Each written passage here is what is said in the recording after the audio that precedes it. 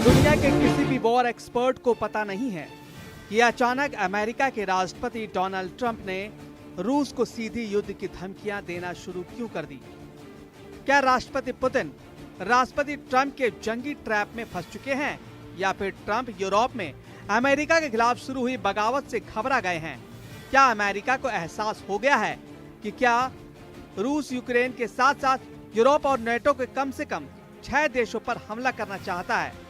हम आपको दिखाने जा रहे हैं जो ट्रंप 300 घंटे पहले पुतिन की जमकर तारीफें कर रहे थे और जेलेंस्की पर बुरी तरह भड़क रहे थे। वो ट्रंप अब कह रहे हैं कि पुतिन के रूस ने पिछले 12 घंटों में इतने भयानक हमले यूक्रेन पर किए हैं जिन्हें जरा भी अनदेखी नहीं किया जा सकता। हम आपको दिखाने जा रहे हैं क्यों दुनिया के एक युद्ध विशेषज्ञ ने कहा है कि पुतिन ने ट्रंप को यूक्रेन युद्ध में बुरी तरह फंसा दिया है और अब यूरोप का सर्वनाश तय है। रूस के खिलाफ राष्ट्रपति ट्रंप ने अचानक पलटी क्यों मारी, जरा इसे भी समझ लीजिए। 24 फरवरी 2025 को जिस वक्त जेलेंस्की और ट्रंप एक दूसरे पर भड़क रहे थे, उस वक्त रूस ने ट्रंप की जमकर तारीफ की थी। उसके बाद ट्रंप ने जैसे ही यूक्रेन को हथियार देना बंद कर दिया, रूस ने यूक्रेन के कम से कम 10 शहरों और 3 प्रांतों पर जमीनी और हवाई हमले शुरू कर दिए। रूसी सेना के घातक हमलों ने यूक्रेन की चीखें निकाल दी। रूस के कम से कम 80 से ज्यादा फाइटर जेट, 12 बॉम्बर्स ने यूक्रेन के पावर स्टेशन, गैस प्लांट, हथियार डिपो को तबाह कर दिया। मरते यूक्रेन की हालत देखकर पूरा यूरोप यूक्रेन के साथ खड़ा हो गया। अमेरिका और हंगरी को छोड़कर नेटो के 30 देश और हंगरी को छोड़कर यूरोपियन यूनियन के 26 देशों ने सीधा ऐलान कर दिया कि हम अमेरिका के बिना ही यूक्रेन को रूस के हमलों से बचाएंगे। अचानक ही सुपर पावर अमेरिका यूरोपीय देशों की बगावत से सख्ते में आ गया।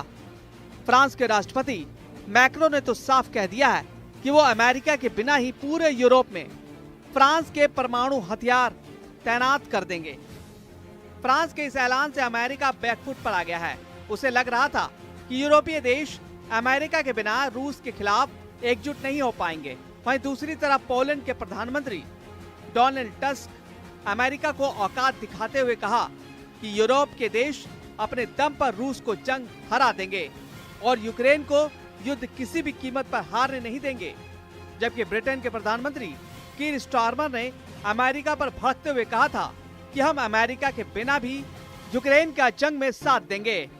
इसके अलावा लंदन में हुई यूरोपीय यूनियन की मीटिंग में परमाणु तैयारियों के ऐलान से ट्रंप सख्ते में आ गए। वहीं बेल्जियम की राजधानी ब्रसेल्स में यूरोपियन यूनियन के 27 देशों ने स्काई शील्ड के तहत रूस के खिलाफ 120 से ज्यादा एडवांस जेट को जंग में उतारने का ऐलान कर दिया।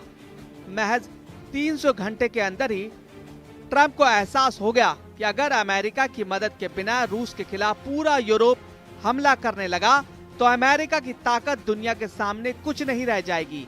इसलिए अब ट्रंप क्रिकेट की तरह रंग बदलते हुए पुतिन को धमकी दी है कि अगर रूस ने जल्दी यूक्रेन के साथ युद्ध विराम नहीं किया तो फिर अमेरिका रूस पर जबरदस्त पलटवार करेगा। पुतिन के बेहद करीबी और रूस के पूर्व राष्ट्रपति दिमित्री मेदवेदेव का दावा है कि भले ही ट्रंप और पुतिन के बीच युद्ध विराम को लेकर लंबी बातचीत हुई हो, लेकिन इससे रूस के मिशन और मकसद पर कोई असर नहीं पड़ेगा। सख्ता तेवरों के साथ पुतिन के करीबी दिमित्री मेदवेदेव ने जो ताजा दावे और बयान दिए हैं, उसने राष्ट्रपति ट्रंप को साफ संदेश दे दिया है कि रूस झुकने वाला नहीं है, न ही यूक्रेन की कब्जा की गई जमीन को रूस छोड़ने वाला है।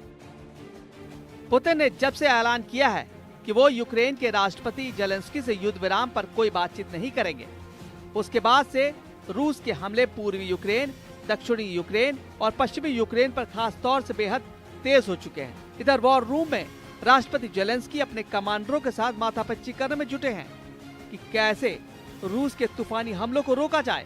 हालात ये है कि पूरी यूक्रेन के बहुत बड़े इलाके में यूक्रेनी नागरिक भाग खड़े हुए हैं। यूक्रेन के डोनेत्स्क में इस वक्त हालात बेहद संगीन और खौफनाक हो चुके हैं। कुल मिलाकर हालात बेहद पेचीदा हो चुका है। जो अमेरिका रूस का सबसे भरोसेमंद दिख रहा था, वो अमेरिका यूरोप के दबाव में रूस से ही जंग करने को तैयार हो गया है। अब देखना होगा कि ऐसे हालात में पुतिन ट्रंप की जंगीबाजी को कैसे पलटते हैं।